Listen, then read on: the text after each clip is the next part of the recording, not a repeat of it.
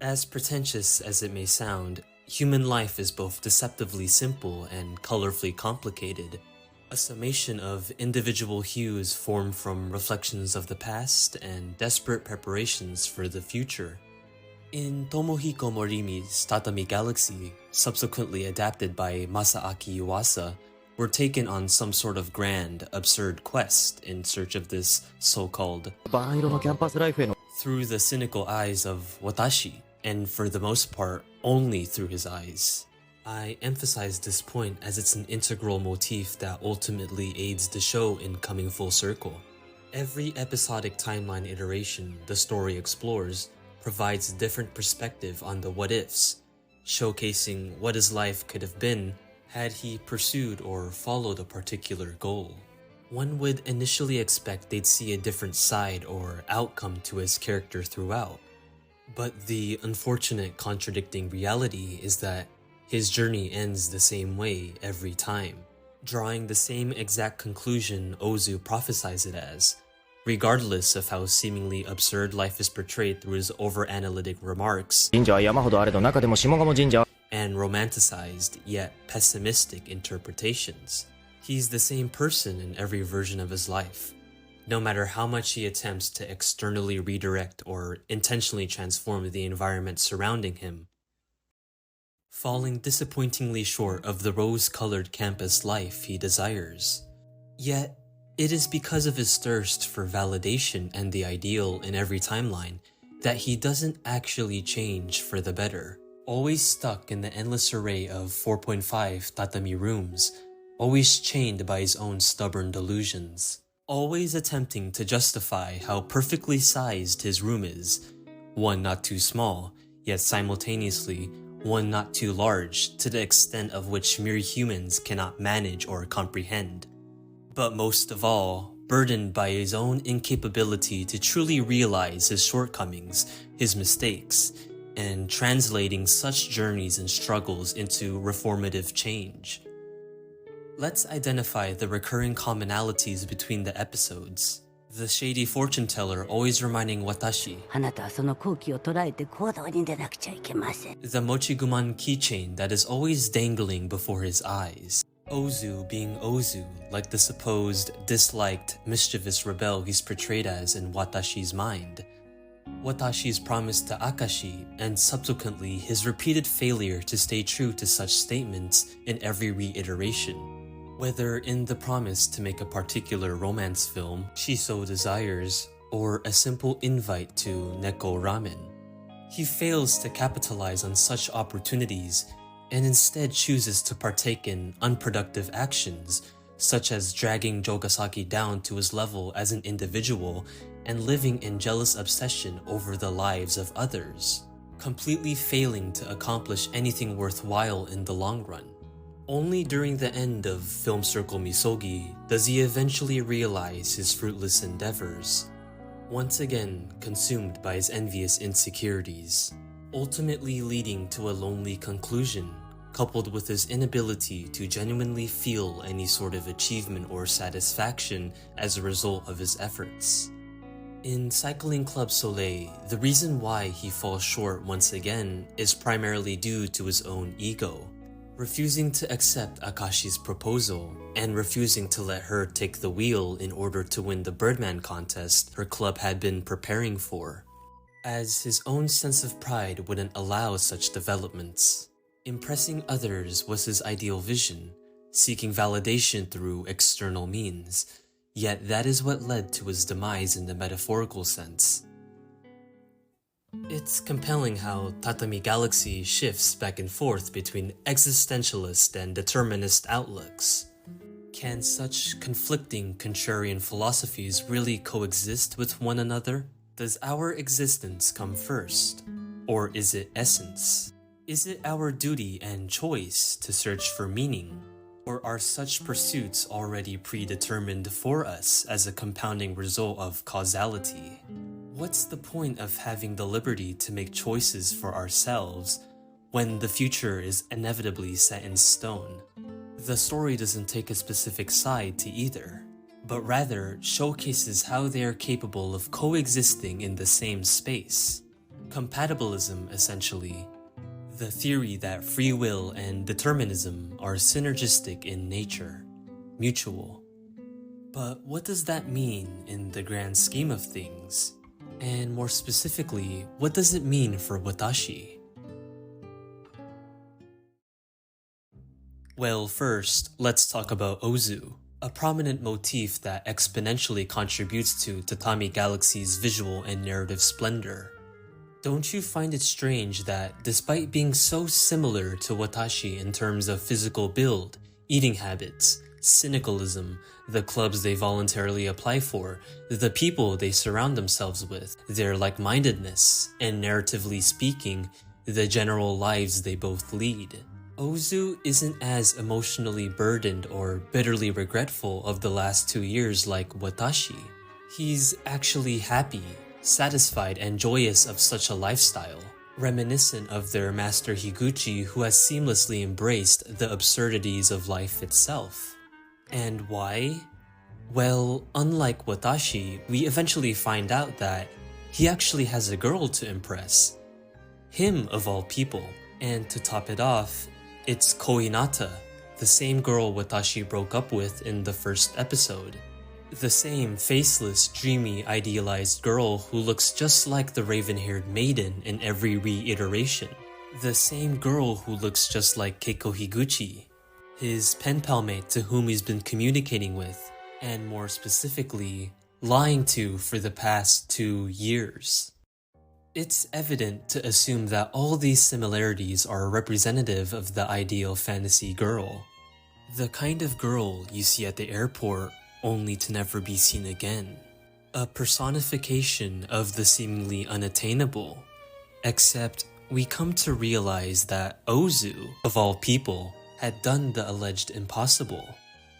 The same Ozu who is notoriously known for crafting elaborate exposés on Jogasaki and Aijima. The same Ozu who disguised himself as Watashi's idealized girl through a series of written letters. And the same Ozu who we initially viewed as the sole being responsible for ruining Watashi's life. And while this motivation isn't particularly complex or nuanced in of itself, one must take into account the initial perception they or Watashi had towards him. The point is, Ozu wasn't the devilish yokai, Black Cupid, or inhumane arsonist manipulator people may have perceived him as. He's actually quite simpler, more innocent than that. And every time we view Ozu from a perspective that isn't Watashi, he looks, well, normal. This inevitably creates the question of whether or not Watashi as a narrator monologuer is one we can take his word for and believe. He's biased and opinionated, believing Ozu to be devoid of all love. Yet, Tatami Galaxy's arguably most eye-opening reveal is that Ozu's schemes and motives were defined by it. Amidst Watashi's struggle in choosing between 3 potential soulmates, we come to realize that his problem, as Master Higuchi mentions, is that he always relies on other possibilities in attaining happiness, and ultimately failing to realize that not only is there no so-called rose-colored campus life, but also how mistakes and imperfections are arguably the core of one's learning environment and growth as an individual. Another incredible motif that makes Tatami Galaxy feel all the more timeless is how it meshes real-life photography with its animated festivities. Although I like to visualize such displays as a play-on of the mundane reality versus a fictionalized absurdity. There's plenty of ways to interpret Yuasa's stylistic choices. Similar to how Keiko is depicted as a too-good-to-be-true gal, and how Ozu was only able to craft such a character in Watashi's mind simply because she was fiction. I feel like these grim, lifeless shots are not only a portrayal of Watashi's depressive, bleak lifestyle, but also a way of organically and authentically grounding this fictionalized, absurd world. A recurring fatalistic reminder of the mundane which we often may become inclined to interpret as reality. we also come to the realization that it is also a picture-perfect representation of how it feels wallowing away in the 4.5 tatami room, the kind of room Watashi initially prides himself on, claiming how the possibilities are limitless amid living in such a place where no worldly limitations exist, and a boundless space where he could do whatever he wanted.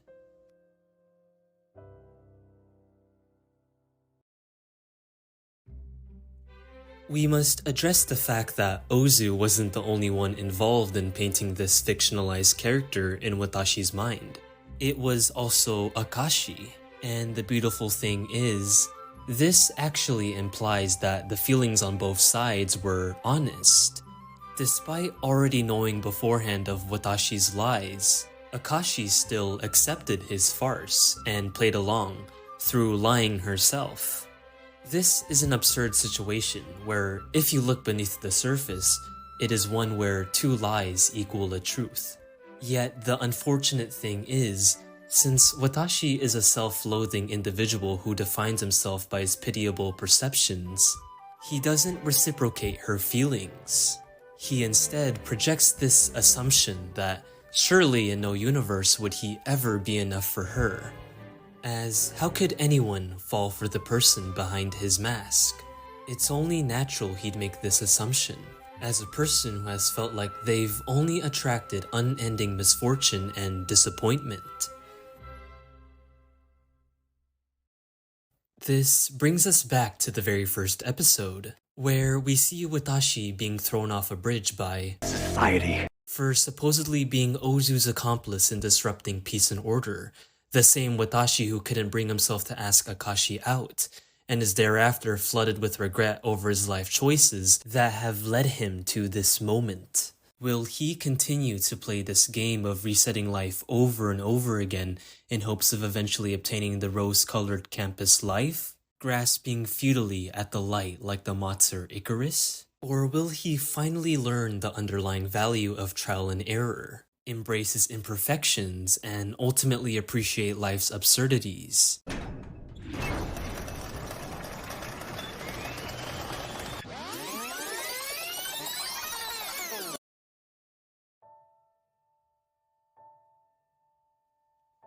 Have you ever thought of wanting absolutely nothing to do with anyone or the world itself?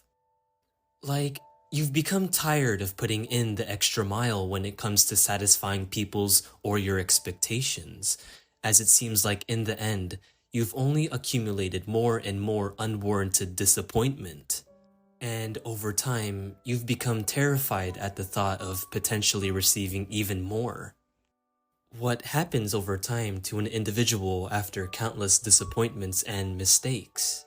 Well, to put it simply, they disconnect themselves from the outside world. They realize the meaninglessness, pointlessness, and powerlessness of their actions and decisions. So, why put in any more effort in attempting to change the inevitable, same repetitive outcome? If one's life remains ever unchanging, what's the point of trying to make meaningful connections and experiencing life's absurdities? Keep the dishes unwashed, procrastinate your responsibilities, and avoid any opportunity to form relationships. Set up an indestructible fortress between yourself and the rest of the world, and erase all expectations from every direction. As in the past, you've learned that it's because of expectations that you incur disappointment. You are a disappointment to everyone around you, just like how you never fail to disappoint yourself. This is exactly the moment depression takes form. When absurdity begins to overwhelm and exhaust an individual, and where they no longer have the desire to be an active participant in the world. There are few things in this world that are more absurd than being imprisoned in this debilitating cycle of mundanity. Even more absurd than Jogasaki's boob wall, shady fortune tellers, love dolls, proxy wars, Watashi's sex drive, Hanuki's licking fetish. And strangely enough, how Watashi still doesn't harbor the willingness and character to grasp the most clearest of opportunities standing before him. even if such opportunities are bound to uncertainty. Yet, it is a flaw that we ourselves remain susceptible to. This rut-filled cycle of unproductivity is an infamous feature of the 4.5 tatami room that exists in real life. And it only hopelessly grows when we allow ourselves to be consumed by our negative thoughts, eventually resigning and giving in to this convenient, comfortable, and safe bubble, where you don't have to stress over the judgments, perceptions, and colorfulness of others. No longer are you obligated to carry the weight of critically acting and thinking for yourself. And wouldn't you be benefiting the world if you do so? No longer would anyone have to put up with you and your theatrics, and in turn, you wouldn't have to deal with theirs either. Life often incentivizes people to perceive themselves as products of failure when placed in the midst of absurdity, and depression serves as undeniable evidence of such things, stripping individuals of their vigor and perception of purpose. And once you feel like you've lost control over your own life, you get the idea that wouldn't it be better to just live the rest of your days in a space where only you exist? This is what creates the Tatami Galaxy, a sea of rabbit holes that'll never end if you give in to it. One so easy to lose oneself in, yet just as easy to succumb to in unending ways. And it doesn't quite help either when you feel pathetic of yourself, as you believe this lifestyle is supposedly what you deserve. Once you allow yourself to be spiraled into such a cycle, it only invites the worst of thoughts, ones associated with imprisonment, isolation, and hopelessness. Yet, absurdly enough, it makes you miss the colorfulness of life, nostalgic almost, the kind of meshed-in sea of colors Master Higuchi describes it as. I said before that Tatami Galaxy's greatest revelation is eventually realizing that Ozu is a being capable of wholehearted love. Yet, Watashi realizing that nothing is more absurd than wasting away in this state of inaction is one just as great. It is in this endless array of 4.5 tatami rooms that Watashi begins to cherish, appreciate, and value life's absurdities. Shortly after he notices how there are slight noticeable differences between each room, all wielding distinct colorful remains of his other version's memories. Putting that in mind, maybe we should question how, what, and why do we translate such experiences as disappointment? What exactly do you define as failure? And why do you do so? When we don't get what we want, we often immediately draw the conclusion that we are powerless, potentially damaging our sense of self-esteem. Not being able to meet a raven-haired maiden, losing a biking marathon, and constantly being ridiculed by others are things that diminish our appreciation for life, and understandably so. But who exactly formed these perceptions in the first place? Who or what created this spiraling mental abyss of hopelessness? The convenient answer might be people like Ozu or the outside world, but we all know that isn't the point, nor true. It's always been you, and you only. And if it was you who inflicted all this mind-numbing misfortune, then that also means it is entirely up to you to break free from it. Watashi's life was never actually a waste. It was only Watashi's perception that led him to believe the last 2 years of his life were fruitless. His college campus experiences were filled to the brim with ridiculous yet cherishable interactions that he can look back on and appreciate, whether through the joys or difficulties, as it is through the collective effort of both that have essentially enabled him to see the bigger picture he'd been overlooking all this time. His efforts mattered, even if he believed it not to be. He made memories, whether for good or bad, and it was those memories and experiences that have collectively forged him into the individual he's become today. And you have as well. The only person who is hindering you from your goals is yourself. And sure, one can make the claim of it being external factors outside of your control depending on the situation, but for the most part, it has always been your responsibility and choice in how you respond to life. The culmination of episode 11 showcases every version of Watashi ridding themselves of the cycle in a theatrical attempt to save Ozu, fundamentally breaking tradition. We also see a rush of moths, presumably representative of Watashi's mental unchaining. And we come to see him fulfill his promise to Akashi without any hint of hesitation or self-doubt. It's amazing how one simple yet massively overlooked revelation can directly influence the course of one's life. And in Yuasa's experimental tale, we find ourselves venturing through both ends of Watashi's imaginative perceptions.